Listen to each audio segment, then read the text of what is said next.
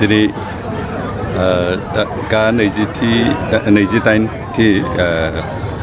अल India इउएन football gold cup टुर्नामेन्टनि जोबथा खेला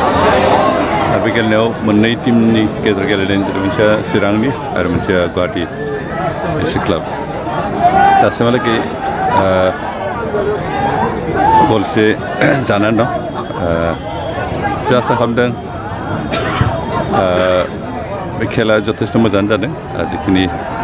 ओरैनो खोब एक्साइटिं जानांगौमोन एसे स्ल' जादों खिन्थु थेवबो जिखिनि मोजां जादों रावबो जखम जालायाखै फ्रेन्डलि गेलेनाय जादों दिनै बे खेलनि गेजेरजों बेखौ जों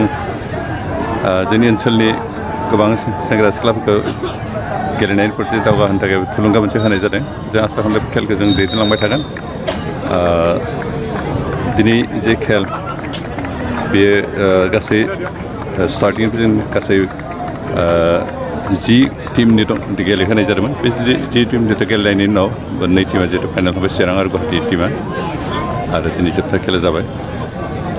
जिखिनि बेखौ जों साबायखर होदों कमिटिनि आफादगिरि हिसाबै कमिटिनि जायफोर मेम्बारफ्रा बे खेलखौ मोजाङै दैदेनबाय बिथांमोनखौ आङो साबायखर होदों लोगोसे जायफोर टीमफ्रा बाहागो लादोंमोन बाहागो लानानै बे खेलाखौ मोजाङै जाफुंहोनाय हेफाजाब खालामनाय बिथांमोनखौ साबायखर होदों आरो जि रेफारिफ्रा बे खेलखौ स्टार्टिंनिफ्राय दासिमहालागै मोजाङै दैदेनबोगासिनो गेजेराव जेबो दावराव दावसि जायालासेनो बेनि थाखाय रेफारिफोरखौ साबायखर होदों आरो जायफोर दिनै बिभिन्न बिटिआर ओनसोलनि गोबां रायजो राजाफ्रा बे गेलेनायखौ नायनानै जोंनि गेलेगिरिफोरखौ थुलुंगा होफैदों बिथांमोनखौ साबायखर होदों खारन नायग्रा थायाबा गेलेग्राफ्राल'बो गेलेनो मोजां मोना गोसोआव मा बुंगोन एनकारेजमेन्ट मोना बेनिखायनो एनकारेज होग्रा गेलेग्रा दैदेनग्रा गासैखौ आं साबायखर होदों आरो जों फैगौ समफ्राव बिदिनो गेलेनाय मागोन जों बे बिटिआर ओनसोलाव फुटबल खेलाखौ जेसेबां हायो जौगाहोनो थाखाय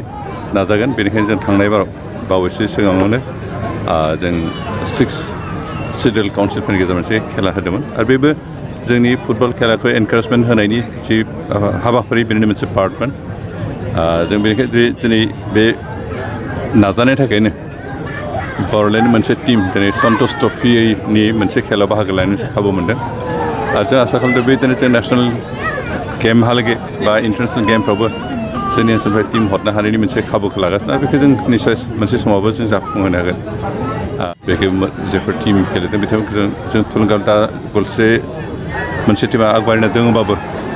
मा समाव मा जागोन बुंस'नो हाया खिन्थु जों आसा खालामदों खेला मोजां जाथों आरो मोजाङै जोबलांगोन आरो जों जेसेबां हायो बे खेलखौ मोजाङैनो दैदेनलांबाय थानो नाजागोन फैगौ समफ्रावबो दा जोंहा स्टेडियामा खामानि सोलिबाय थानाय स्टेडियामाव जों गेलेहोनो हायाखै एबार जों बेनिखायनो डायमन्ड खेलनि गेलेग्रा फोथार डायमन्ड स्कुलनि गेलेग्रा फोथार गेलेनो बे फिल्डआ मोनसे फुटबल खेलनि थाखाय जेसेबां नांगौ बेसेबां गैया जायगाया स्पेसआ खम खिन्थु नेक्स्ट बोसोरनिफ्राय जों हयथ' जोंनि स्टेडियामाव गेलेफिननो हानाय जाहैगोन दा कनस्ट्राक्सन सोलिबाय थानायखाय बे असुबिदा जानायखाय जों गेलेनाय होनो हायाखै जों उदालगुरि ओनसोलाव गेलेनायखौ डेभेलप खालामनो थाखाय इटिमयथे जोंहा उदालगुरि दा एक्जिस्टिं स्टेडियामथ' जागासिनो बे कनस्ट्राक्सन कमप्लिट जाहैसिगोन बिनि उनाव जोंहा बेवहाय सेन्टार फैगोन आरो बिनि स्टेडियाम जागोन इटिमयथे क्रिकेट स्टेडियाम एलटमेन्ट जाबाय जोंहा हायाबो मा जाबाय इनडर स्टेडियामबो हा एलटमेन्ट जाबाय बेखौ बावैनो कनस्ट्राक्सना स्टार्ट जासिगोन आरो बेनिफ्राय फुटबल एकाडेमि जोंहा उदालगुरिनि जागोन बेनि थाखायबो जों हा एलटमेन्ट जाबाय दा बे गासैबो जों जेसेबां हायोबो बोसोरनै सरकारनि गेजेरावनो बेखिनिखौ मावफुंदों आरो बेखौ जों साक्सेस जाहोगोन जिहेतु जानायनि लामायाव फैबाय बिनि अनगायैबो जों जोंनि बेवहाय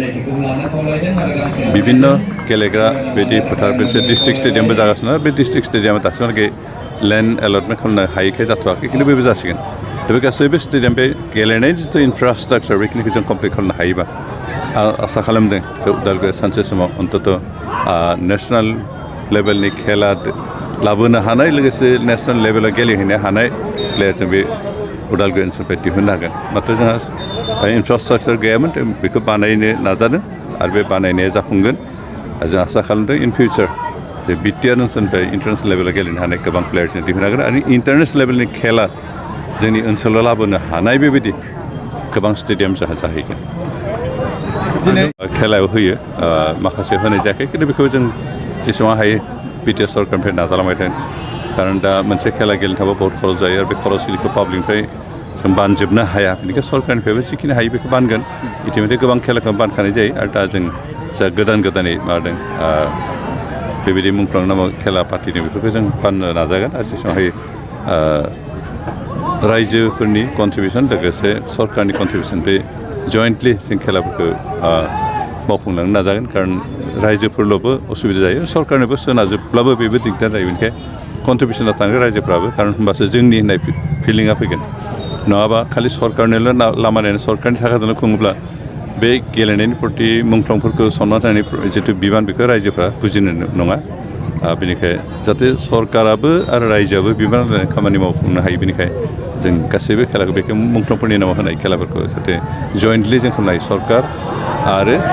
रायजो राजा बेखिनिखौ जों कन्टिनिउ खालामलांनो नाजागोन दिनै जा 2006नि जि एक्ट बे एक्ट मथे बे फरेस्ट वाइल्ड एक्ट बे मथे जोंहा माबानायनि बांगोन फरेस्ट ओनसोलाव थानाय रायजोफोरा आलि माथाहानि बिबान दंमोन बेखौ जों मावफुंबाय थादों फारियै खिन्थु एबार दिनै ढेकियाजुलियाव 1303 सुबुंनो हानि पाट्टा होनाय जादों आरो बाखि गोबां दङ प्राय 9,000 हा पाट्टा मोननो गोनां दङ जों बिथांमोनखौ फारियैनो होलांबाय थागोन दिनै अफिसियेलि मोनसे डिक्लेयार खालामबाय आरो उनावहाय जों बेखौ खालामलांबाय थागोन जों आसा खालामदों फरेस्ट ओनसोलाव थानाय रायजोफोर गासैबो हा मोनजोबलांगोन